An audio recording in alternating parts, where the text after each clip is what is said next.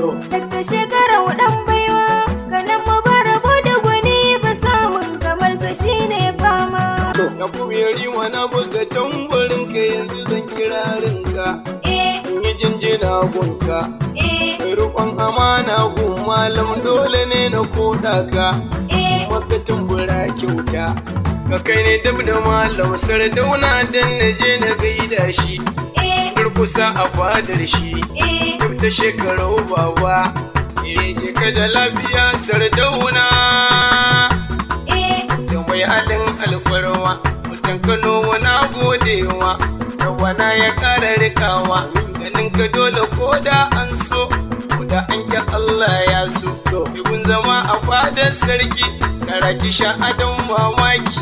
Mai arziki uban matsiyata. Ku je rufi su circar ɗaki.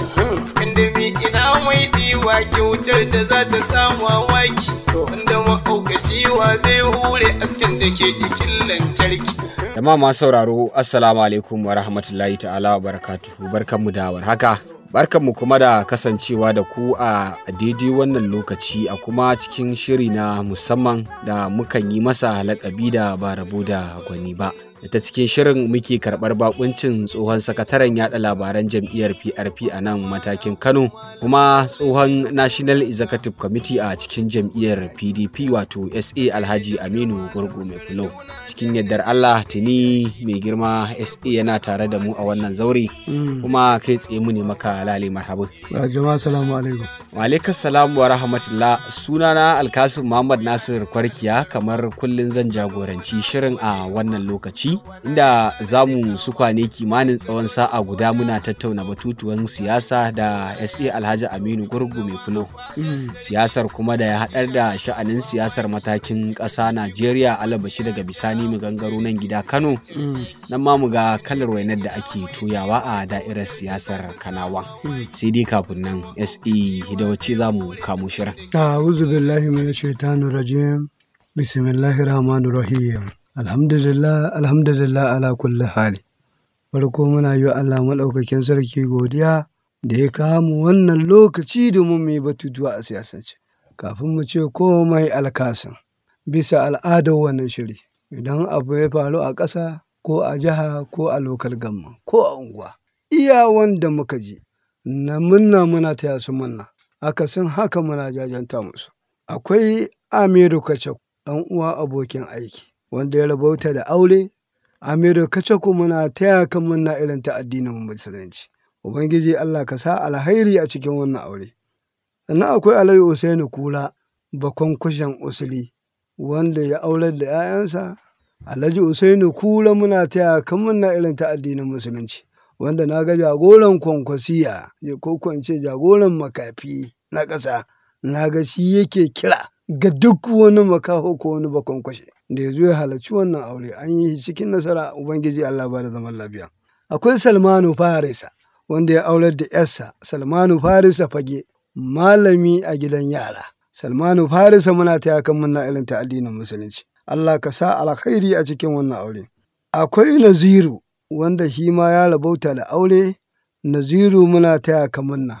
Ubangiji Allah ka sa alheri a cikin wannan aure. Allah ka ba da zaman lafiya. Bango ya faɗi. Wakili Baba, mahaifiyarsa ta rasu. Na ga dagaci na Kadawa, na ce daga ina kake cewa ban sani ba, na ce wallahi ban sani ba. Ce mahaifiyar Wakili Baba ce ta rasu. Wakili Baba muna yi maka gaisuwa irin ta addinin musulunci. Allah ji kan hajiya da gafara. Sannan akwai Rafa, mahaifi ga Alhassan Aje, wanda matarsa ta rasu. Ubangiji Allah ya ji kanta, Allah ya gafarta mata, Allah ya kai lada kabarinta. Sannan jihar Kano ta yi rashi. Muna taya al'umma musulmin jihar Kano alhinin wannan shugaba namu ko kuwa jagora namu, Abubakar Imamu Galadanci. Allah ya ji kan Malam Abubakar Imamu Galadanci, Allah ya gafarta masa. Al'ummar jihar Kano mu ne muku gaisuwa irin ta addinin musulunci. Sannan mu shiga harkar ka'in da na'in. SA a wannan makon kuma ta ina za mu kamo shirin? Alkasin yanzu ta ina ne ba aka kama ba. Ai kaga dajiyan muke gabatar da shirin Talata, amma muka hangi akwai wani alhairi a yau, shine shekarar musulunci 1445. Ubangiji Allah ka sa mu shiga wannan shekara ta musulunci a cikin nasara, a cikin sa'a. Wannan masifu da ake ciki Allah ya yi mana, musabbabinsa jam'iyyar APC. Allah ka kawo mana sauƙi, Allah in laifi muka yi maka, Allah ka yafe mana. Ta yaya za ka ce jam'iyyar APC ce musabbabin halin da ake ciki? A kuma ya faru yanzu ai ita ce ai ya zama dole Alhaji da kai da kai da ita da su duk mulkin da aka yi a baya a PDP duk abin da ya faru ci ake PDP ce. In muka ce daga Allah ne ma zage mu ake ci ake gudulan muke ci ake PDP muke ci ake dan muna samu kuɗi ci ake dan mun sace kuɗi. Ya zama wajibi in ba cin zali za ka yi ba. Wannan ya zama wajibi ka ɗora mai girma shugaban ƙasa na APC da wanda ya sauka da wanda ya hau. Saboda haka ina tabbatar ma ya zama dole ka ce musabbabi na APC ne. Saboda haka yanzu gashi ma abin haushi abin takaici. Yau ake maganar za a fitar da list na ministoci. Amma yanzu gashi abin ya gagara.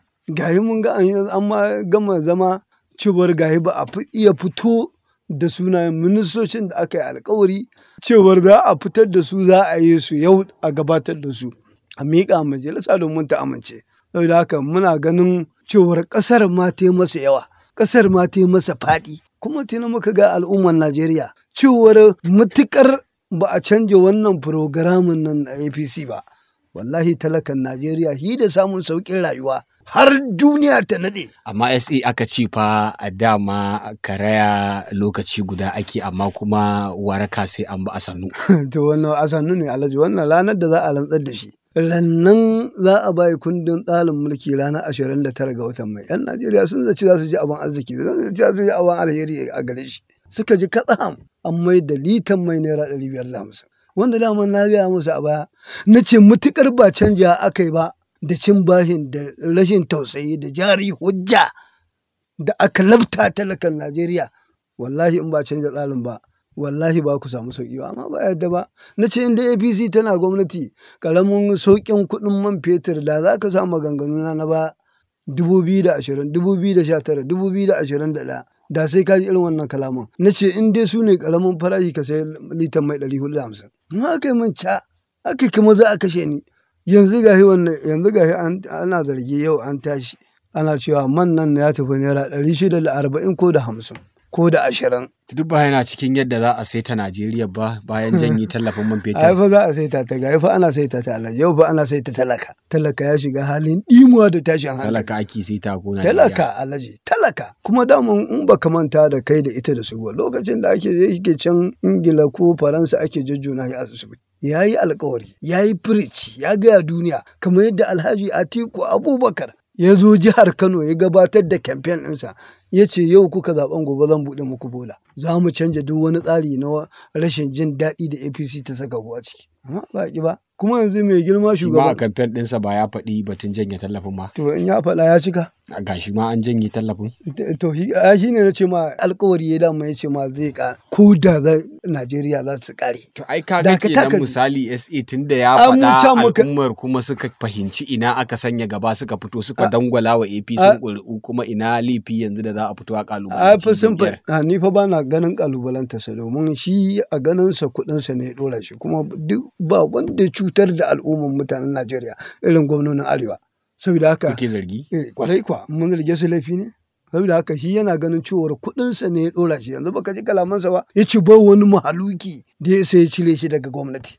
Yanzu taro aka yi kwanan na a gina Gusau. Taron ECOWAS. An ma zaɓe shi ya zama shi ne shugaban ECOWAS na Afirka. Saboda haka na gama sa wata bukata tasa cewar a tabbatar da an yi doka. Ba wani soja da zai wa ƙasarsa juyin mulki. Saboda haka yau talaka ya shiga hannun APC, ya shiga komai APC, ya jawo kansa da gwamnoninsa da mutanen Najeriya da kowa da kowa. Ka yi magana cewar wai da farko wai na ce APC, ba zan ce APC ba ce, Alhaji musabbabi ce.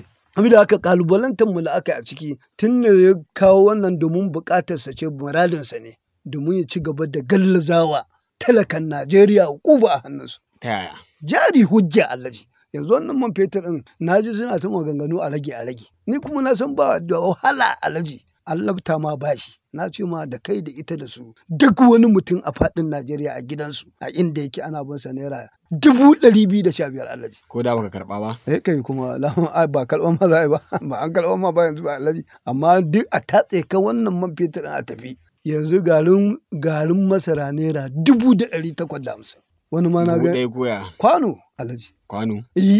Kwano Alhaji.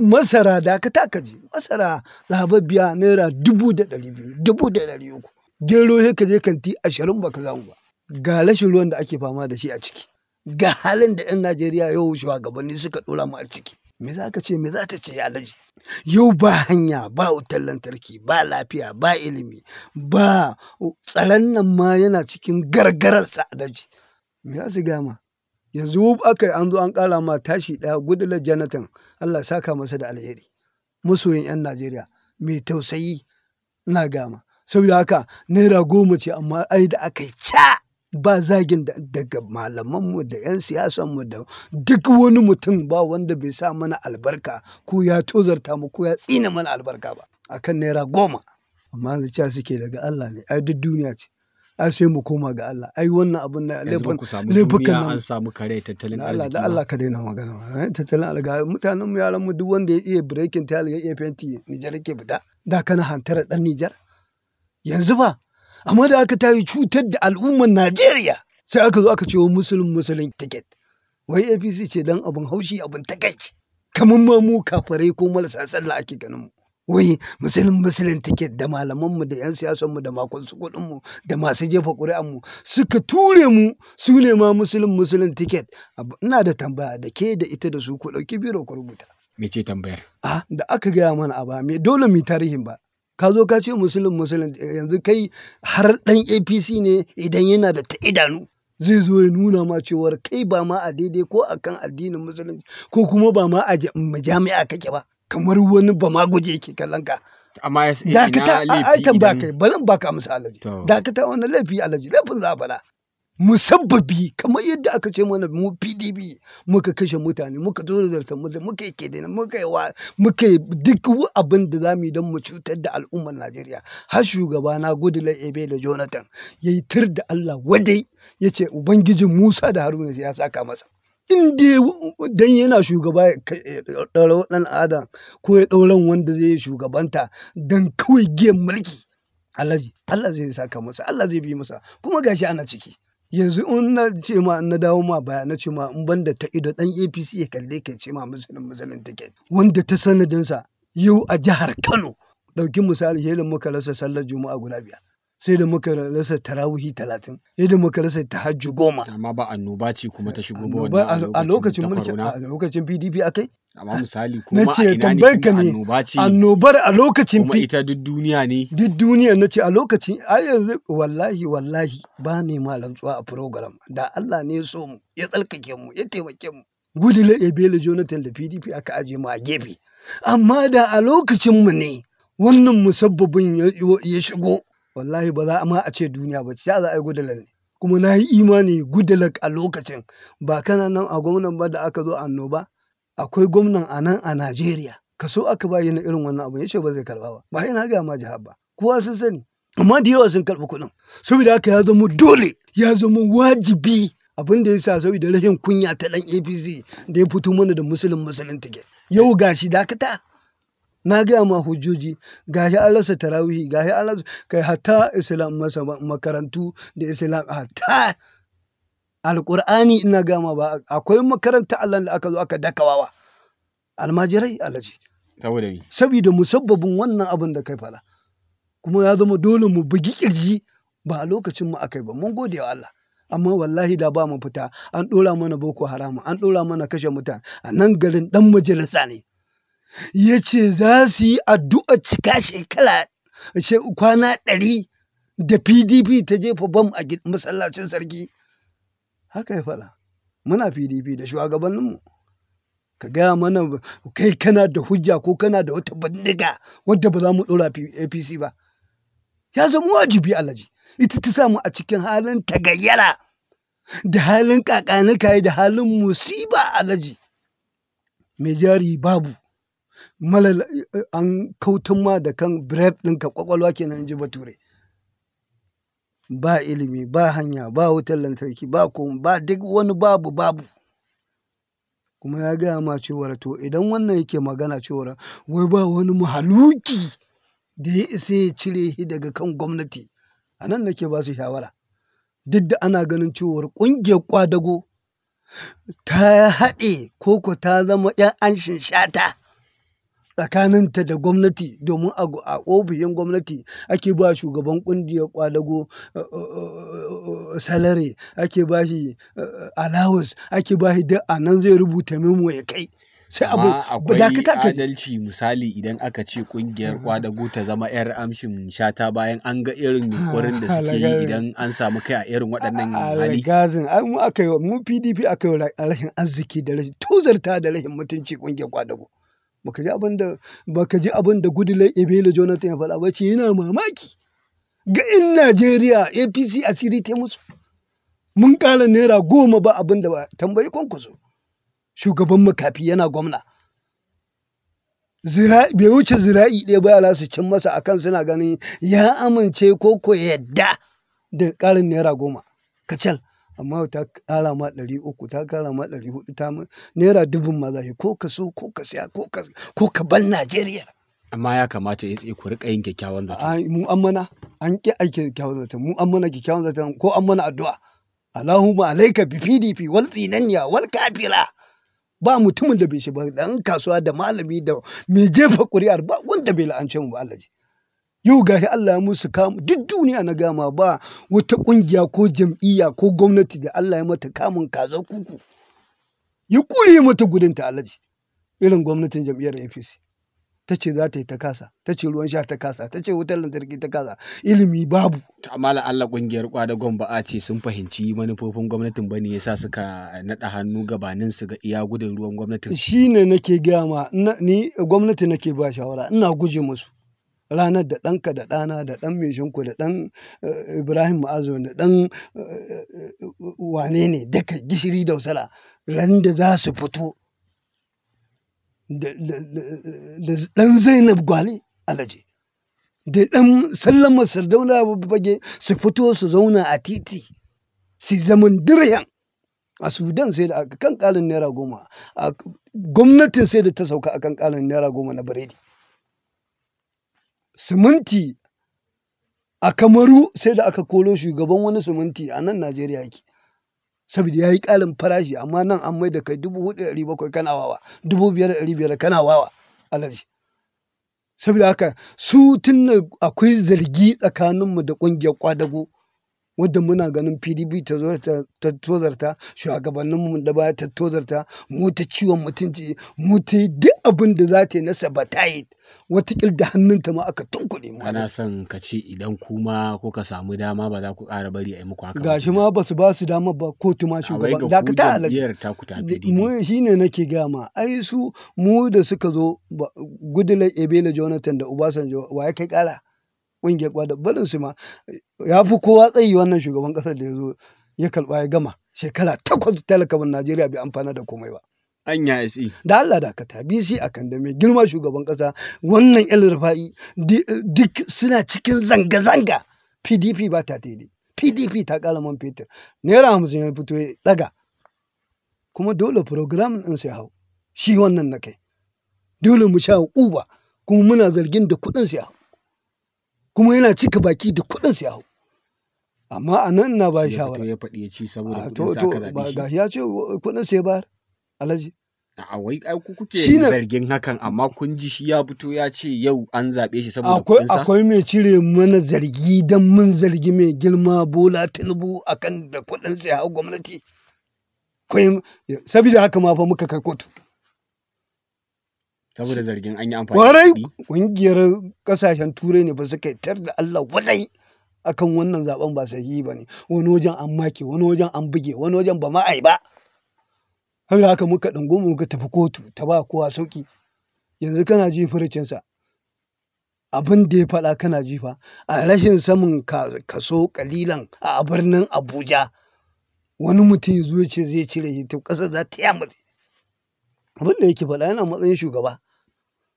saboda haka ni ina guje musu ran da fushin talaka alhaji tun da ƙungiyar kwadago muna zargin ta sare da yancinta da ta jiha da ta ƙasa da ta komai da ta lokal gamman ta sare da yancinta PDP ta raina PDP ta ce mana mutunci alhaji saboda haka anan muke gode wa Allah. Janye tallafin man fetur din nan fa wasu kalilan din mutane aka ce suna amfana da shi kuma yasa gwamnatin ta ga dacewar ta janye yanzu kuma bayan janyewar kana jin har fitowa aka ce za a raba naira biliyan 500 ga talakawan Najeriya gida-gida. Allah ka dena nan magana biliyan 800 500. duk wata tsawon wata shida fa yake da amfana da su. To na ga ma labari gwamnati ta ce ta janye. Ya kenan. Takwat din? Takwat din. Ta janye ta fasa. A nazari dai ta ce. To ta yi kenan ga mu ga kai rubuta ka aji yanzu ba na ce ma sunan majalisa yau ana magana ministoci ba har akwai irin wannan yan konkursiyar makafi da na ga wani suna rubutu suna ba sunan har rantsuwa yake yana wai ba sunan ganduje likimuniya wai a cikin minista da likimo da konkursiya makafi a wajena duk ɗaya ne ba abin zaɓa. Don haka Allah ya tsame mu daga cikin NNPP daga cikin APC. Masu ma kalaman nasu baya rasa nasaba da batun yiwuwar auren mutu'a da ake zargin za a yi tsakanin ita wato jam'iyyar tasu ko madugunsu da kuma jagoran gwamnatin tarayya. Shi ne na ce maka ai su tuna makafi ne ba sa ganin komai ya za ka yi da su. Yanzu na yake magana nan yanzu wani ɗan makaban zagi na zai. Amma a bayan na kalubalanci gwamnatin likimoniya da mai girma shugaban ƙasa murna suke jin daɗi suke. Amma yanzu dan mutum makaho alhaji mabiyin kwankwasi a ya zo ya zagi Aminu Gurgu mai fulo ai ta man Jafar Allah ji kansa bai shi mai zagi ya zagi shi kenan ya wuce fushinsa amma ran da muka yi muku aiki ran da muka faɗi gaskiyarsu akan ƙaryarsu ai manna ku kai yanzu kuma muke faɗi ƙaryarku akan gaskiyarku ya zama wajibi na ce ma idan ba mu yi ƙalubalanci wa'annan mutanen ba ai su kansu su wa'ancan ba mu yi sa adalci ba. Idan na bar wannan Tinubun ban yau Buhari adalci ba. In na bar wannan makafin suna gurza bakin talaka a ƙasa, wallahi ban yau likimu adalci ba. Saboda haka ya zama wajibi ya zama dole inda muka gani ba daidai ba mu faɗa. Inda muka gani ya yi daidai wanda ma daidai APC za ta yi ma. Kamar dai idan na fahimci ka ƙarin mannan daga 540 da aka sani zuwa 617 wani da 20 kamar ya so sama rai kwarai da gaske. Ni ba ruwa ne wallahi dan kallo ne. Kana da wata lamba ce? Amma kallo kake kuma ka fito kana kalubalanta gwamnati. Shi ne na ce ma ai abin da muka gaya musu ne ba su amince ba ko kauce mai girma shugaban ƙasa duk duniya ba wanda ya ba wa PDP gudunmuwa a sirance irin Buhari. Kar ku yi Tinubu. Ku kauce masa amma gwamnonin arewa da mutanen suka ba da hasashen ku ne bai ko sama kukan da ya maka man yace Mafele ya cutar da shugaban kasa baya son sa haka ya faɗa duniya haka duk duniya duk jaridun nan na kusan buga cewar fadar gwamnatin ta ce ba ta yin tafiyar ko tsarin ba to kuma ba ta yi wannan lokacin da ludayin suke kan ai na ce ma zarge da suka ta yi a junansu hatta dan takarar jago da ya zama shugaban kasa yanzu mu ne masa munna na gama an ba shi shugaban ECOWAS shi ma an ne masa munna amma talaka ya kwaci kansa a hannunsa saboda haka ina tabbatar maka daɗi ne babu kuma ya zama wajibi mu ba yan anshin shata ba ne mu ba za mu biya rimin mai sha kiɗa ba damun jihadi kala-kala ne wani ka yi da baki wani ka yi da dukiya wani ka yi da kafa wani da ido wani da bai saboda haka mun yi gaya musu mun gaya mata cewar wannan abin tafiyar da gwamnatin ba daidai ba ne ba yadda ba amma kalubalantar mu akai alhaji saboda haka ina tabbatar maka maganar APC a ciki wallahi tallahi ko ka saura farkon karɓar mulkinsa 29 bakinsa ba alheri ba yanzu ya tafi ya je gina gusau ya je faransa ya dawo je wannan yau yana waye gari aka ce ma fetur ɗin nan an ƙara kuɗi na ce ku guji sannan zai dawo ba ku faɗi alheri na ce na ji ku faɗi alherin ni kuka faɗi sharrin da ba ma ni ne ba kuma yanzu Allah yake saka mun ba zan gode wa Allah ba gode wa ubangijin Musa da Haruna APC da ma ta jihar Kano baki ɗayan su dududu har zuwa wannan lokaci ba su haɗa cikakkun wata biyu da kama mulki ba ya al'ummar jihar Kano za su yadda da kai irin salon ƙalubalen da ka fito kake yi wa gwamnatocin a yanzu da suke ganin yaushe ma gwamnatocin suka tsaya da ƙafafuwansu. To ko kwana 100 ba a yi ba Alhaji, kai da ka sa kwana 1400 da wajen 40 da wajen 46 in ban manta ba. Kwana 360 sau 4 zai baka 1404. Ko kwana 100 ba a yi ba, masifar da kake sha Alhaji, ka gwammace na kabari ma a fito da ya saka a wannan gwamnatin ta APC. Haka al'ummar ƙasa suka gaya ma? To kar su faɗa mana, su daure sai na ji cewa Allah kai mana kaza. Mu ca muka Allah, komai muka ce ku yi mana addu'a, ku yi mana fatan alheri, wallahi bujila suka yi da malamanmu da 'yan siyasanmu da kowa kin me. Ba abin da ba nuna musu ba, amma ke suka yi, amma ba su yadda ba. Taimakon al'umma wanne ne ba yi ba, har ka zo kana wai mutum 8,000 za ka ba mutum 8,800 mutum miliyan 12 a cikin mutum miliyan 250 saboda lalacewa. To dama kuma ba akwai masu ƙarfin da su ana ganin ko ba a basu ba za su iya taimakawa ma na ƙasa da su. To shi kenan a basu, ga mu ga su. Ai ana Mu da ka taka ji gwamnati muka zo ta haɗin kan ƙasa ta taimakon al'umma ta gina ƙasa lokacin Goodluck Ebele Jonathan. idan su wannan gwamnatin ba ta haɗin kai ba ci kana ji A ta wargaza aka ce ƙasa za ce. a ba wa ma wasu da waɗanda ba 'yan jam'iyyar APC ba mukamai a zo a haɗa kai a ciyar da Najeriya gaba. Aka ba wannan gwamnati ce ta wargaza kan al'umma. Haka ne kafin wannan ma Alhaji, lokacin da Malam Ibrahim Shekaru yake ministan ilimi, wani abin sha'awa, wani abin jin daɗi. Saboda Goodluck Ebele Jonathan digirinsa 3 Alhaji. Digiri 3, ga afuwa, ga yakana, ga haƙuri, ga yafiya, ga taimako, ga sassauci Alhaji. Musulunci muke kiran Ubangijin Musa da Haruna, komai daren daɗewa Allah ka sa balaban wuta a jikinsa. Ya karɓi musulunci shaida ya zo ya shiga cikin 'yan uwa, in Allah ɗauki ransa ya tafi aljanna domin taimakon al'ummar da ya Alhaji. Amma nan amma ƙaryen musulun tiket an zo an cutar da kai, an zo an cutar da al'umma. Yau sun yi ga halin ɗimuwa, sun yi ga halin ƙaƙanika. Abin sha'awar da na gama lokacin Goodluck Ebele Jonathan, Malam Ibrahim Shekaru yana ministan ilimi. Vice Chancellor, sai Malam ya duba a matsayinsa na mai ilimi, shi ne kamar 'yar aduwa da ya gwamnati, wannan za ka yadda ta ci gaban al'umma ce, ta haɗin kan ƙasa ce. Saboda shi ma ɗan PDP. Shaida zan baka. A misali Shugaban ƙasa ɗan takarar Buhari ya kira zo mu gina ƙasa, matsayin ka ɗan garinmu, ɗan uwanmu, yayana, babana. Amma saboda hassada da ƙeya ya ƙi shiga gwamnatin, ya ƙi ba da shawara, kwanda ma da bai shiga da bai ba da shawara ba. Saboda da an karɓi shawararsa, wannan tabbatar cuta ce. Amma wataƙil dakata, wataƙil yanzu wani ya yadda da mu, da ya sha wahala da uba a hannunsu. Da zagi na ake, da tsina ake. Amma aka zo aka godan. Da muka zo gwamnati ta gina ƙasa, dakata ka je, bala an wulo ne ma Vice Chancellor ɗin nan, sai Malam Ibrahim Shekaru matsayinsa na mai ilimi. Ya duba ya ga wani wajen sarakunan ma, kasan sarakuna aka sa, wata jihar babu, wata jihar ɗaya ne, ya ga akwai cutuwa. Ya ɗauki fayil ɗinsa ya tafi wajen Goodluck Ebele Jonathan. Wannan harkokin rabon ƙasa, wannan harkoki na harkar ilimin rayuwar duniya da ci gaban al'umma, akwai wani wajen babu sarki, wani wajen babu Vice Chancellor. Me kake so ya ce a ruguje su? Ya ce Malam ruhe su. Za a ci gaba, Najeriya ta ci gaba, kwarai kuwa.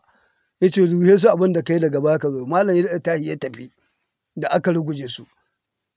Ana tsaka tsami da sarkin musulmi da Goodluck Ebele Jonathan.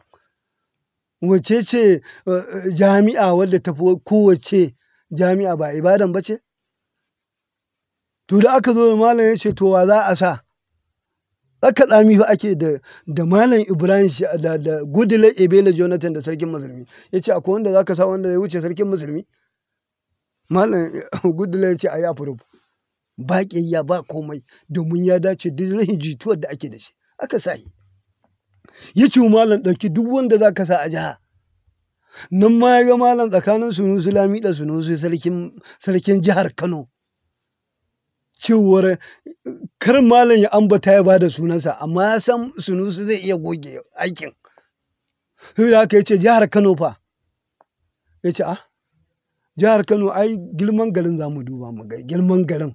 ba wani abin nan ba. Ai babu wanda ya dace irinsa da Sunusi Lami da Sunusi. Malam ya ji daɗi hankalinsa don kada ya faɗi Sunusi Lami da Sunusi Goodluck Ebele Jonathan irin waɗannan shugabannin masu lalata ƙasa masu rabakan ƙasa in su ne ba za a yadda ba. Kuma ban yi mamaki ba Goodluck Ebele Jonathan wajen Malam Ibrahim Shekarau ya gani. Kamar ya. Lokacin da sarkin hakimin Mako ɗaya mutu Allah ji kansa da gafara. Wada Waziri Allah ji kansa da gafara yana wajen shugaban makafi da Rabi Musa Kwankwaso mu'amalarsa ɗaya. Sai dai Kwankwaso duk abin da kaga an yi da shawarar Wada Waziri. Sannan muna PDP ba lalacewar wannan kungiyar makafin da ba za ji ba za gani ba in ji wani mawaƙin su. Kai kana gaya mana makafi na ce mawaƙin ku ne ya faɗa. Ba kwa ji ba kwa gani ba Aminu Gurgu ba ko in sa mawaƙar ko in sama ya batun waka kuma sai to ai dan su san ba laifi na bane. Saboda haka da ya rasu Malam Ibrahim Shekarau yana gwamna. Waye cancanta wanda za a sa hakimi aka ce ba wanda ya cancanta irin Wada Waziri. Sai wasu a wajen Malam Ibrahim Wada Waziri kuma dan PDP ne. Wannan PDP ake ta arziki wadda ta ɗinka Kwankwaso riga da wando da sutura. Tun bai da shago a kwari bai da gonan noma. Duk anan yasa. Yi ne ita ta in ma zagin ta dai ita take bin sa bashi ba bin ta bashi ita take bin sa. Da daga darajar da aka yi. Duk da daga masa darajar da ta dai har ya bar rayuwarsa ya koma ga Allah PDP ce ta tayi makara.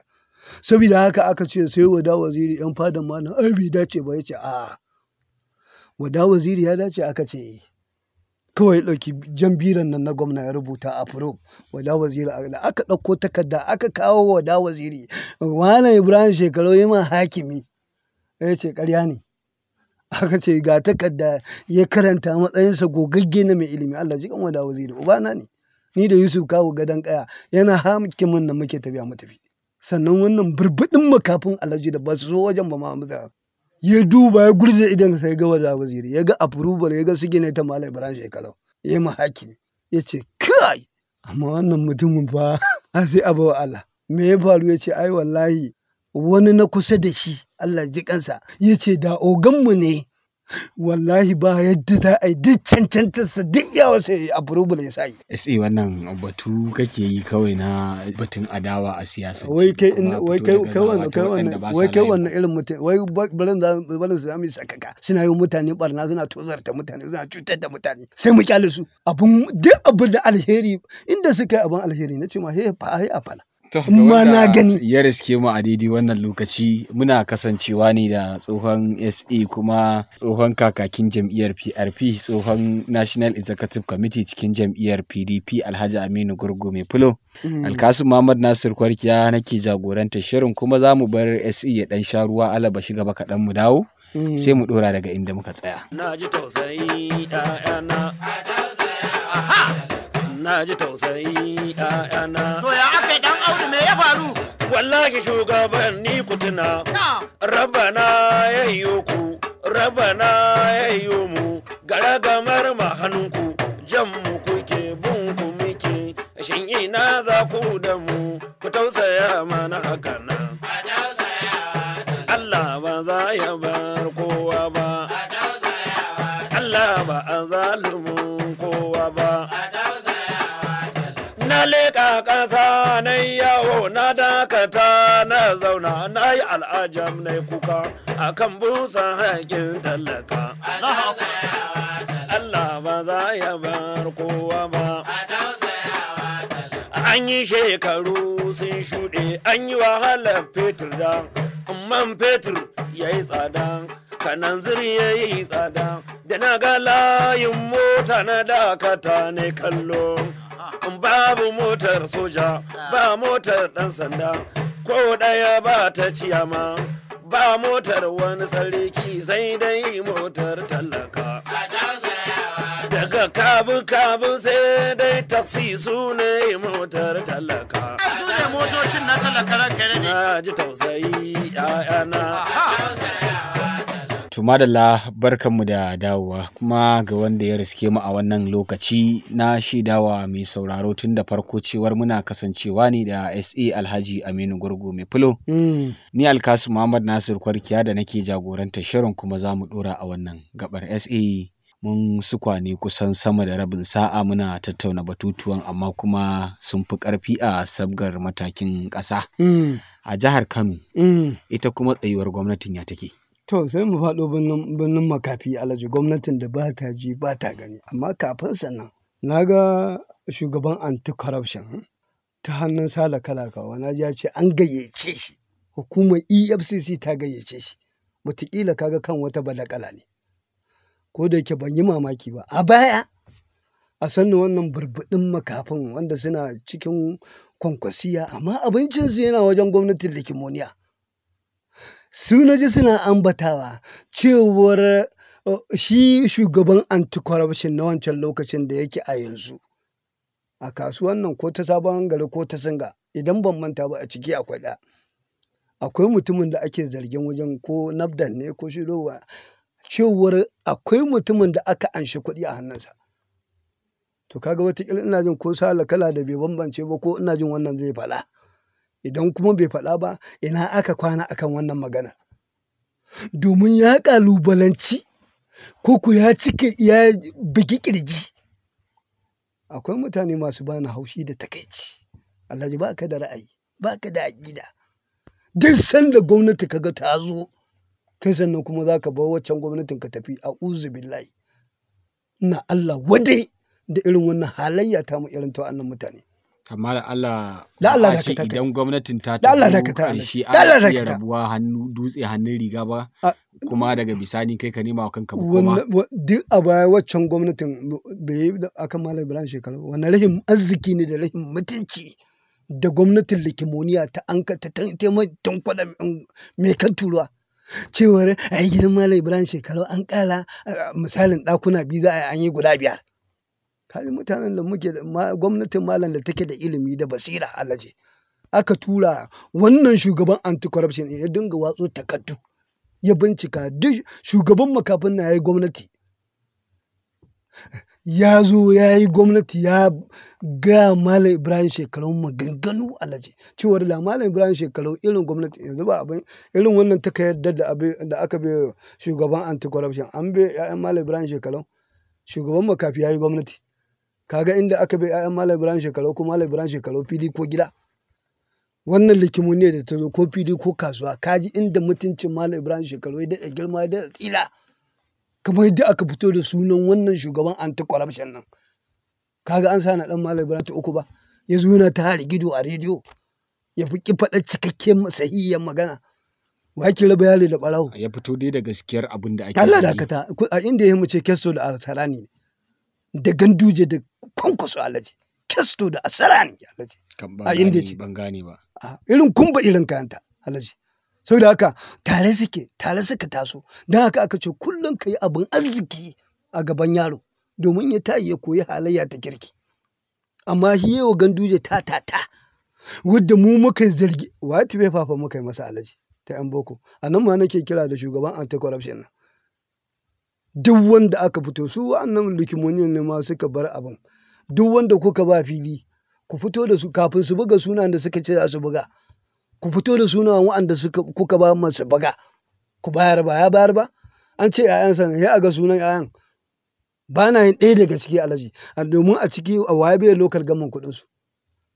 waye ba ma'aikaci wannan ma shugaban makafi luguza kwashe mana kuɗi Alhaji na yan fansho da ake zargi yazo muka tsara shi ina kuɗin ai ban da dawo yayi amana yayi kwankwasiya Alhaji saboda haka ina tabbatar maka yayi taka tsantsan cewar su laƙaba mutum irin wannan white paper da muka yi wa shugaban makafi ta miliyan 650 akan kuɗin zai ƙasa duk wanda ya ci kaya wanda ba na mutane ne yanzu wa kake ba shawarar gwamnatin Alhaji ta yi ba magana ake ilimi kyauta suke ba yanzu ba ne ko ake rubuta ba a yanzu amma yanzu ka je makarantar ka gani ka ga harkar ilimin ya take ciki a yanzu a wannan ƙadamin da aka zo.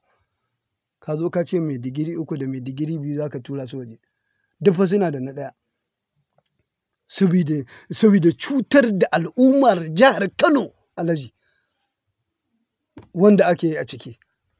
Suwa suke cutar da wannan jagoran je Rabi Suleiman Bice da suka gama ce in kai magana ilimi ba na so je ka tambaye ba rarrabe ma biya fili ko ka ba kyauta da ya warware al'umma jihar Kano. Da Allah da kata. Batun ilimi a jihar Kano ana ganin in ka zo layi irin na Kwankwasiya ka ce Ƙurumbus ko ka ce Shakundum tunda ana ganin sun fi kowa hidimta ba harkar ilimin. Ni dan kallo ne ko masoyi ne ko maki ne amma samu Rabi Suleiman Bice ku bayi fili ai kuna da adalci. Kyauta ma ku zo da shi ya bambancewa aya da tsakuwa ina aka saka ina aka aje akan harkar ilimin jihar Kano babu Alhaji zero. Har wannan gwamnatin ta zo tana gama yanzu a wannan watan da ya wuce na ce ma boca ce aka biya ta 2021 boca ce aka biya ta 2021 an daddatse wa ma'aikata kuɗi dakata yanzu yau muna 20 ga wata. Idan ba a kai taka ko gurgu ko gani ko ai ya ce yan fansho to mu yan fansho ne wasu 30,000 wasu haka aka yi ba ku zo amma ai zargi kuke zargin na laifi ne Alhaji su ba da ran da gwamnatin likimuliya take kai duk abin da suka taso suke kasa fala makwadaitan su yan Kwankwasiya in sun nufe su da magana su ga gwamnati sun ci kayan gwamnati. In ban da shugaban likimin ma wani irin mutum ne ina gwamna executive gwamna na ba wani mutum kwamishina na ba wani mutum darakta amma haka kawai dan wata jam'iyyar mai cin abinci yana Kwankwasiya PDP abincinsa yana APC ya zo zagi gwamnan da yake kai ya kuma yaba kwamishina daidai ne ba lallan ba yana cire ka ba Alhaji shi kwamishinan da kai ba ina gwamna ka zage shi ya sa shi ma ofinsa ne. Zo shi kenan na rike ministry for local government ko na rike ministry for information ko na rike ministry rural duk da ana cewa an shaƙe ta ko menene misali kai ba wannan guda 3 ka zo ka tsinan ka zagen ka tozarta ni kuma in baka ai ba daidai bane ilimin ci gaba da suke da shi ai ba sai ai lalacewa yayi Alhaji ka je ba kofa ba hanya ba ruwan nan duk gashi nan komai ya lalace Alhaji wannan gwamnatin ta makafi da ba sa ji ba sa gani kuma su yi maka propaganda cewar wasu sun taimaki ilimi sun yi wane ne Allah ya ba ku gwamnati. A farkon shigowa gwamnatin nan SA an yi batun za a tura ɗalibai zuwa ƙasashen waje da tuni ma tantancewa ta riga ta yi nisa abin da ake ganin abin da aka yi a gwamnatin can baya ta Madugu Kwankwasiyar kuma wannan gwamnati da ta shuɗe ta kasa aiwatarwa yanzu gashi an dawo an ɗora. Yanzu da ɗauki jihar Kano ɗauki Taraba ba dole ka gone gwamnan Taraba ka samu albarka ba. Cayi kaso 50 ya rage a cikin 100 na jami'a. Kaso 50 a cikin 100 wannan sun rage ma. Ina ce ma da suke ce ma ilimi kyauta da gaske suke a nan jami'a za ka ba da naira 110,000 120,000 shi kenan wannan shugaban wakilin makafin da ya zo gwamnati sai ya ce duk wanda 35 muke biya ba ka ba da 35 mu cika yauran. Ka aje wannan masu digiri 2 ko digiri 3 tunda suna da daidai kaga za mu yadda ka taimaki ilimi za mu yadda ka daga darajar ilimi amma ba kai ba kana kasuwanci ka tafi da wasu ka kai musu miliyan 10 ka fitar da miliyan 10 ka kai musu 1 ka sa 9 aljihu daidai ne rikin da aka kenan kuma ka ce kai rusau akan rusau aka dauke ina magana rusau an ci gaba a ci gaba mana a rurushe akwai dakata wannan ruson akwai mutumin da a filin idi yake yana ba yan uwa da abokan arziki mutum 150 yake ba su 50,000 50,000 so 10 so 150 zai baka miliyan 7,500 wannan sallar da ta yi bai ba da ko ɗaya ba domin a dukiyarsa da komai an ruguje an kwashe akwai kuɗi naira miliyan 72 ma a ciki bayan dukiya aka kwashe kuma ka ce an yi daidai. Amma ba an faɗa dama za a yi hakan ba tun gabanin to kuma ina magana kuɗin garatuti na ma'aikata 2016 da likimo ya hana da likimo ya hau kai da likimo kala uwa za a warware dukkanin wani al'amari da ake wannan kuɗin digiri na 2 da digiri na 3 na ga suka ce ga wannan mun fara akwai kai da Allah da ka taka ni fa treasurer tsirara yake na gwamnati a waje na na san ko me yake ciki Alhaji. Yau da alati ya shiga muna da informa wanda su ga ma'aikaci ka gana ma wahala da azaba kai ma jin daɗi ma ya tozarta ka balle ka bashi wahala. Idan sun shigo gwamnatin idan su arbe za su yi arziki za su yi kuɗi wai ya mutu wai ya farko yanzu ga nan suna kalubalanta suna surutu daman kuna kwankwasiya kuna PDP kwankwasiya abincin ku yana APC gwamnatin likimo ta yi wasarere tana tibba ku kuɗi kuna cin mutuncin ta Alhaji. Me za ka ce me za ta ce Allah ka daina wannan magana. Sau da haka ina tabbatar maka wannan gwamnatin da ka gani ita kanta ta ƙasar ba ta taimaki ilimi ba taimakon noma ba taimakon kasuwanci ta ragargaza aka fara da aka ta Alhaji kuma da na zo na ce ma yanzu aka fara barna yanzu aka fara tozarta mutane wannan wanda a cikin mutum 150 din nan akwai ɗaya daga cikin wa'annan mutum da za a bayi 50,000 an yi ragargazo ya zuwa burodi na 3,000 babanka ya rasa 50,000 riba ka ci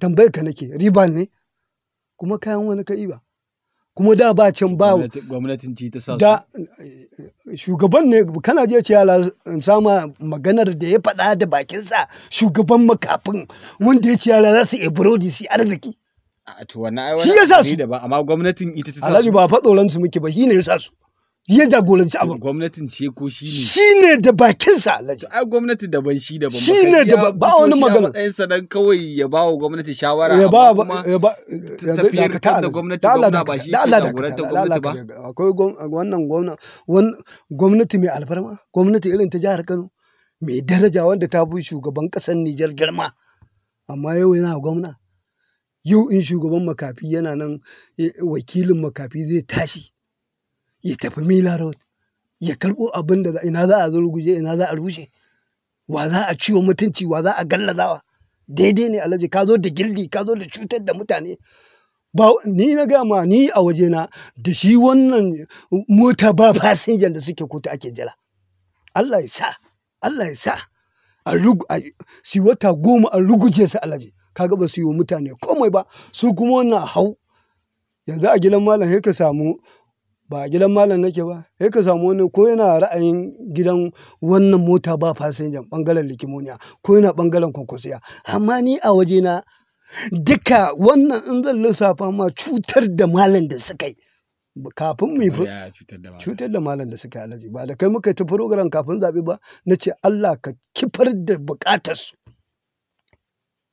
wasu yasu ce a sannan idan makafi a rugi ai muna jin daɗin rikodin ɗin nan fa ina yi wa an can a gan fahimtar su 'yan gidanmu ne hawa 'yan gidanmu su suka bada cin mutuncin malam su suka tozarta malam amma yanzu kofa a buɗe take Alhaji daman ca ne a faɗa a ƙasa warwan sai a gane shayi ruwa ne idan aka tsautsayi a wajena ko kuma aka yi min gyara aka kotu ta dubu abin ta dawo da wannan mota ba fasinja ta ce shi ne gwamna kaga wannan sun lalace sun balbalce sannan shi kuma ya rasa ina zai kama gindin da kafar su ma su zo da zalama da san dukiya wadda malam kullum kiyaye ta yake kullum guje mata yake amma ido a rufe rub Alhaji ba abin da ka sai ya zan in kuɗi ya zan in ta yara na da dukiyata da waya in cutar da shugabana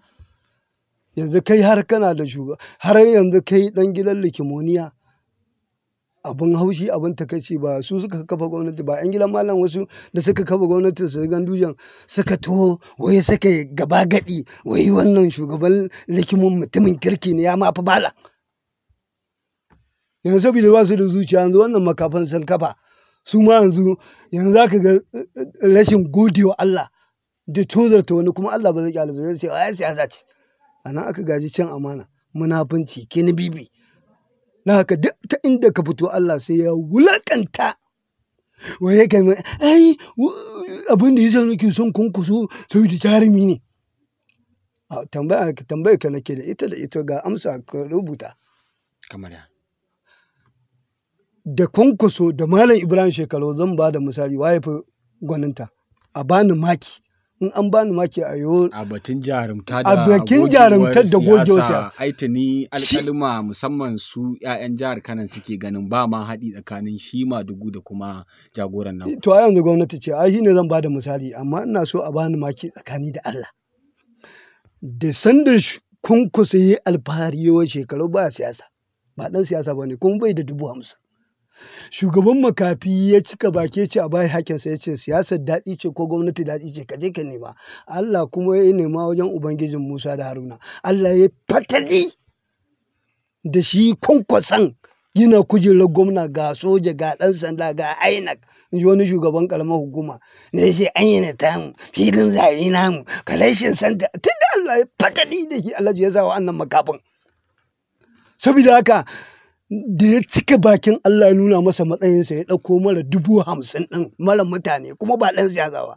kuma ya zo ya gwamnati kuma ya karɓi gwamnatin a hannunka sai zabi kawai yanzu gwamnati ta ce Malam Ibrahim Shekaru a gwamnati waye shine jarumi shine wane ne shine waye kaza ina gwaninta da wancan fa ba ɗan siyasa bane ba da wancan da ya masa alfahari da kuma da bayi da 50,000 kana ji Malam Ibrahim Shekaru ya ce a ta kai suna tafiya man su mota su ta ce naira 50 bai da ita naira 1000 bai da ita wani dan cuwa-cuwa ya zo mai faru mai ne aka ce aka ɗauko 50 lita 3 aka zuba malam fargaba yake jira yake a ce kawo kuɗi bai da kukubu wani ya leƙo ya ce a Malam Ibrahim Shekaru ne ku je na biya ya ce alhamdulillah na gode ya salam alhaji kalma kenan ta tauhidi amma da shi ne cika baki da alfaharin Allah ya shafe shi alhaji wane ne ya fi gwaninta da jarumtaka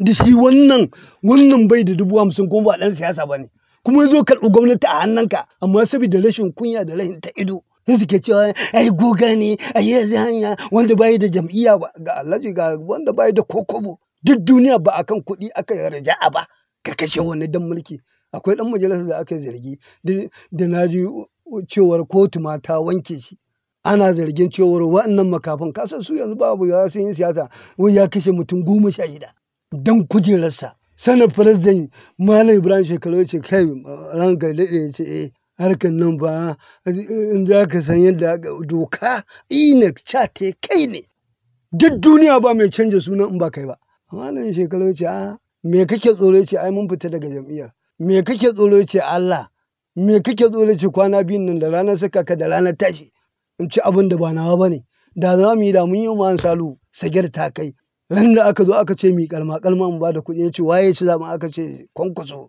ce a bashi kayansa saboda haka lokaci ya riga ya cin mana kai me yasa duk sanda muka zo muna wannan magana sai ka ci mana lokaci kai ne lokacin sai dai a yi sallama da masu sauraro da Allah ka daina wannan batu Alhaji ka bari ran da muka zo muka gargaji wannan makafin dan suka zagi malami suka ci mutuncin malamai wannan mutum ne ba su ci mutuncinsu ba da wanda suke ƙaryar malamai a cikinsu don yanzu sun zo kenan don sun tsinan a yanzu don sun godan a baya da na taɓa likimoniya da suka samu gwamnati watakila na ba da gudunmawa don wannan ma da yake kai gwamnati kiyai sannan muka yi auren larura da su ya ce Malam Aminu a duk jam'iyyar nan ta NNPP ba wanda yake tallanta ma kamar ka muna godiya Allah ya ba mu gwamnati mu zaka ma ya cin mana ai sallama da ma sauraro na ce ma ka dai to na ce salamu alaikum amma ka dai ne mana magana amma daga ƙarshe ya zama wajibi mu gode wa uban mu ganin kukan mu Allah ya ƙara masa lafiya Alhaji Dr. Aminu dan tata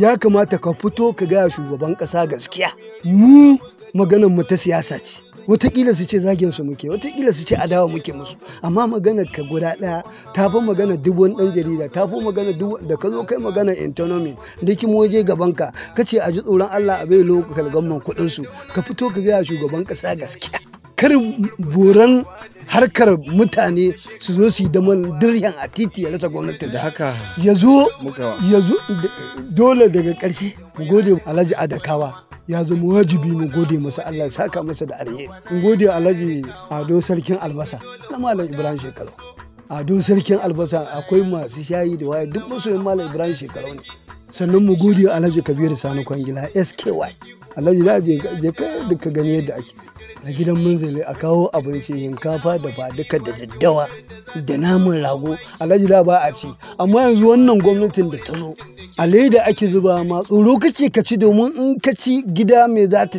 bayar. Allah ya saka masa da alheri. Saboda haka jam'iyyar PDP kuma tana nan lafiya lau. Kofar malam a buɗe take da masu kwankwasa duk a zo a kafa gwamnati domin a Malam Ibrahim Shekarau kai ga harkar nan gidan ta ƙasar nan da ta jihar Kano nan domin a cece al'umma. Duk masu buga kofa Malam Ibrahim Shekarau za a dawo da wanda suka kalubalance da wanda suke so a zo a yi tafiyar da makafi da suka rasa mukami da wanda suka wofinta a harkar likimoniya ba a samu komai ba. Ku dawo gidan malam, ku dawo gidan arziki wanda zamu ba local government kudin su mu ba gratuity kowa sani shaida ne mu taimaka mutane mu aje dan takara sahihi wanda ba dan mun gada ba wanda zai taimaka mutane wanda zai yi abubuwan da za a ce alasan barka. Muna gode muku al'ummar jihar Kano da kuke tsaya kuke fahimta bisa abubuwan da muke. Sunana Alkasim Muhammad Nasir Kwarkiya na jagoranci shirin nake cewa yabo da godiya sun tabbata ga ubangijin talikai. Ka da lafiya Sardauna